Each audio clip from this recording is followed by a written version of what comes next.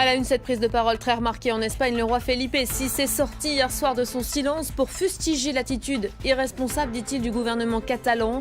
Les autorités de la région se sont mis, selon le souverain, en marge du droit et de la démocratie. L'indépendance pourrait malgré tout être proclamée d'ici la fin de la semaine. On va retrouver dans un instant en direct de Madrid Mélina Huette. Pour ce journal, ce type d'intervention est pour l'Espagne rarissime. En pleine crise avec la Catalogne, le roi Felipe VI a donc fini par prendre la parole. Dans une allocution télévisée au ton très ferme, le souverain, d'ordinaire à l'écart de la vie politique, a accusé les dirigeants catalans de s'être placés en marge du droit et de la démocratie. Il appelle l'État à assurer l'ordre constitutionnel dans la région. On va retrouver tout de suite en direct de Madrid notre correspondante Mélina Huette. Bonjour Mélina. On est à 3 jours après le référendum d'autodétermination et cette intervention très surprenante suscite de vives réactions dans le pays.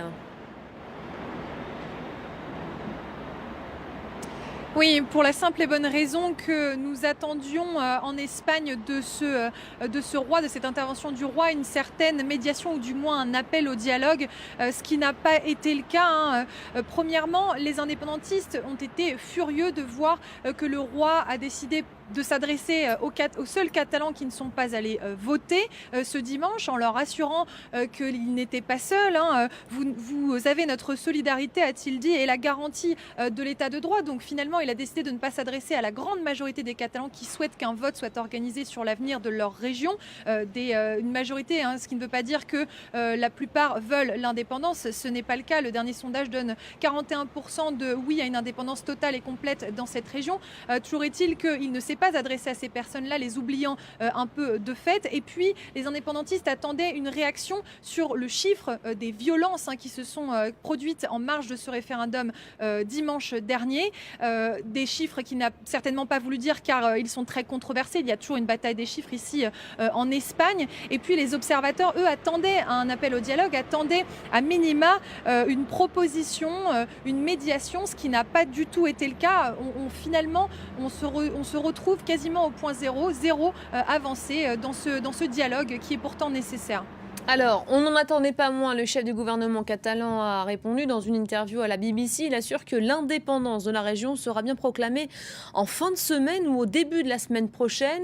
Avant ça, le Parlement catalan doit dévoiler aujourd'hui, normalement, les résultats du scrutin, résultats officiels.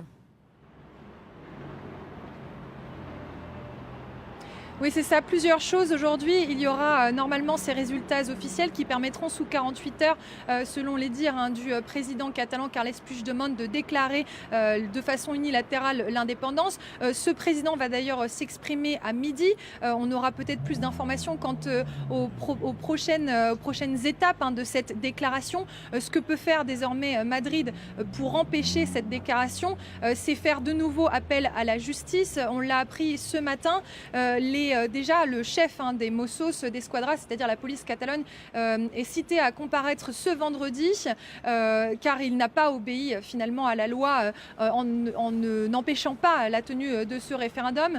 Madrid qui a donc fait appel à la Guardia Civile en renfort et à la police nationale pour essayer d'empêcher ce scrutin. On l'a appris également, cité à comparaître les deux présidents des plus grandes associations indépendantistes de Catalogne, à savoir l'ANC, l'Assemblée nationale catalane, et Òmnium Cultural. Donc c'est un premier pas de nouveau vers des mises en accusation. Ce qui peut arriver également, ce serait non seulement la mise en examen, mais la convocation par la justice de Carles Puigdemont lui-même, puisque le procureur général de l'État l'a dit la semaine dernière. Toutes les conditions sont réunies pour arrêter Carles Puigdemont pour des faits de désobéissance, de prévarication et également de malversation de deniers publics. On ne sait pas encore si Madrid ira jusqu'à ces extrémités. Et dernière chose, une arme qu'on appelle ici une arme nucléaire, c'est l'article 155 de la Constitution qui permettrait à Madrid de prendre le contrôle de la région pendant au moins 48 heures, empêchant de fait une déclaration unilatérale d'indépendance. Mélina Huette en direct de Madrid, merci à vous. Carles Puigdemont qui avait, on s'en souvient, dès dimanche soir appelé l'Europe à ne pas détourner le regard.